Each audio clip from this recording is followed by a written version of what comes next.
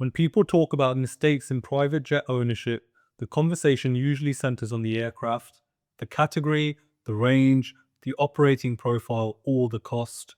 But in most of the regret that develops around ownership, the issue isn't the aircraft itself, it's the environment the aircraft was brought into, the timing, the stability of the mission, and the way the decision fits into the rest of the owner's life and organization.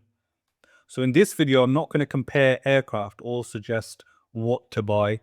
Instead, I want to slow the decision just enough to look at something more foundational, whether the context around the purchase is actually ready for ownership, or whether it still benefits more from flexibility and optionality.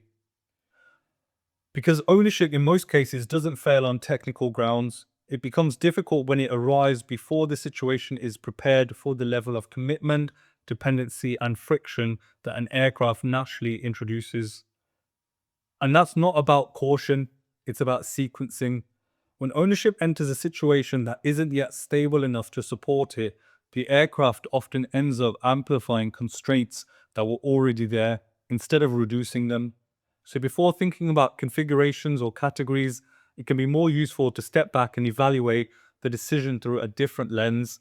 Not, is this the right jet? But is this a situation where ownership is truly ready to work? When ownership regret shows up, it rarely appears as a one-off unlucky story.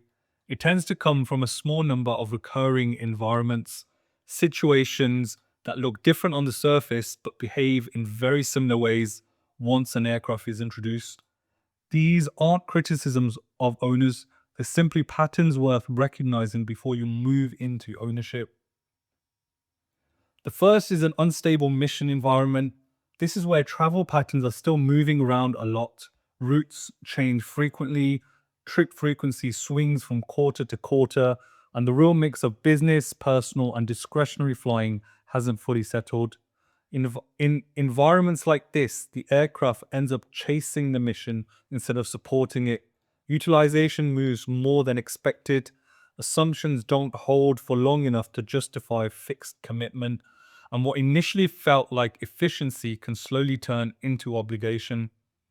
Ownership might still be part of the story later, but in this phase, the mission is still evolving faster than the asset can. The second is an early commitment environment. Here, the owner's life, organization, or team hasn't yet built the structure that naturally supports an aircraft. Things like consistent decision workflows, robust scheduling, clear responsibility for how the aircraft is used, and a stable way of turning demand into trips. When ownership arrives inside that kind of setup, the aircraft effectively becomes the organizing force by default. Instead of being supported by a system, it starts to create one around itself, which usually shows up as friction, added workload, and subtle pressure to justify the commitment. In other words, the commitment is real before the support structure is. The third is a symbol first environment where the emotional meaning of ownership moves faster than the practical role the aircraft is meant to play.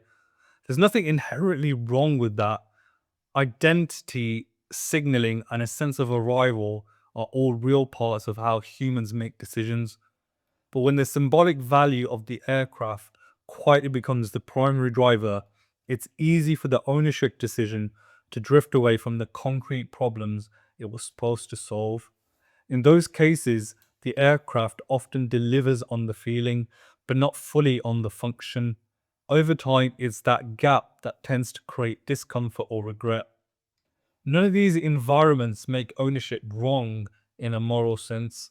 Many families and organizations move through them and later reach a point where the situation stabilizes and ownership fits very naturally.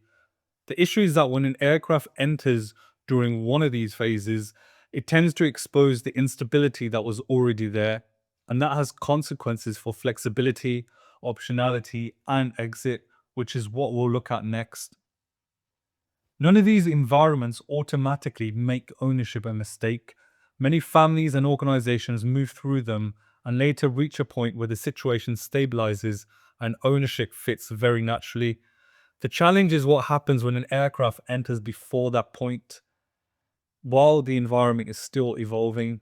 At that stage, the decision almost never behaves like a simple switch you can turn on and off again. It starts to reshape how everything around it works. The first change is that optionality shrinks quietly and usually faster than expected. Decisions that were previously flexible, fly or not to fly, charter or reschedule, combine trips or separate them, begin to orient around the fact that there is now an aircraft available. Trips start to be framed as utilization opportunities. Time that once had several viable solutions now has a default one. And the longer that pattern runs, the harder it becomes, practically and psychologically, to step back from it and treat flying as a clean, flexible choice again. Nothing dramatic needs to happen for this to occur. The decision just becomes less reversible than it appeared at the point of purchase. The second shift is behavioral. Once ownership is in place, it doesn't just change logistics, it changes habits and expectations. Travel tolerance adjusts. People become used to a certain level of control, privacy, and responsiveness. The aircraft becomes part of how time and access are experienced. There's nothing inherently wrong with that. It's a natural human response to convenience and reliability.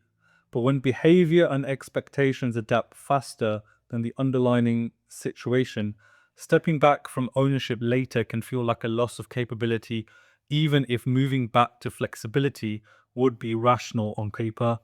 That feeling alone can keep people in a structure that no longer really fits. The third effect is systemic. Over time, people and processes begin to organize themselves around the presence of the aircraft. Assistants plan differently, diaries compress, meetings and commitments are accepted on the assumption that this level of access will continue. At that point, the aircraft is no longer just an asset, it has become part of the operating model. And when something becomes part of the operating model, unwinding it isn't just a financial decision, it's a structural one.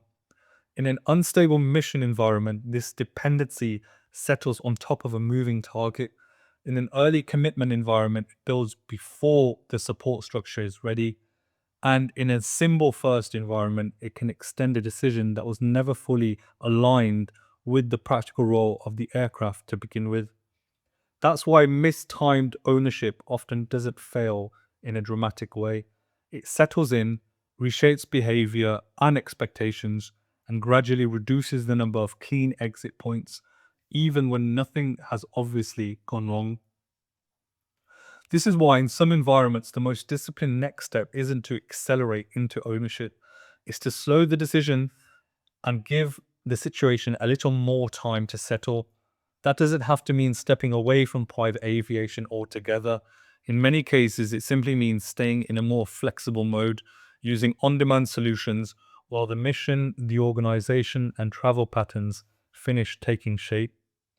You can think of this as a stabilization phase, not a pause and not indecision, but a period where you deliberately let real data build up before you convert flexibility into commitment. During that phase, patterns stop moving as quickly, usage becomes more predictable, team workflows form naturally, responsibilities around travel and decision making become clearer. And if ownership does eventually enter at that point, it's entering into a situation that is already stable enough to carry it rather than relying on the aircraft itself to create that stability.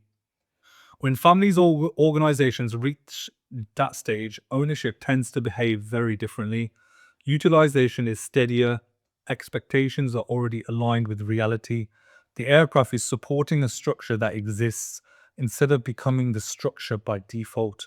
At that point, the commitment is no longer compensating for uncertainty, it's consolidating a pattern that has already proven itself over time.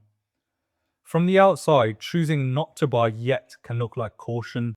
From the inside, it is often the opposite. It's a way of protecting future flexibility, preserving optionality, and making sure that when ownership does arrive, it arrives into the right environment at the right stage for the right reasons. In that sense, deciding not to move into ownership yet isn't a sign of reluctance, It's a form of control, it's sequencing. If you're somewhere along the path towards ownership, already flying privately, or exploring options, or deep into conversations, one useful step is to look past the aircraft and at the environment it will be entering. Is the mission stable or still moving? Has a structure around travel already formed, or is the aircraft being asked to create the structure on its own? If the honest answer is that things are still shifting, the routes, the roles, the way the aircraft is supposed to earn its place, then staying in a flexible mode a little longer isn't hesitation.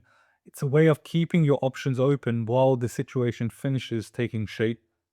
And if over time the environment does settle, patterns stabilize, responsibilities are clearer, utilization becomes naturally consistent, ownership tends to behave very differently when it arrives into that context.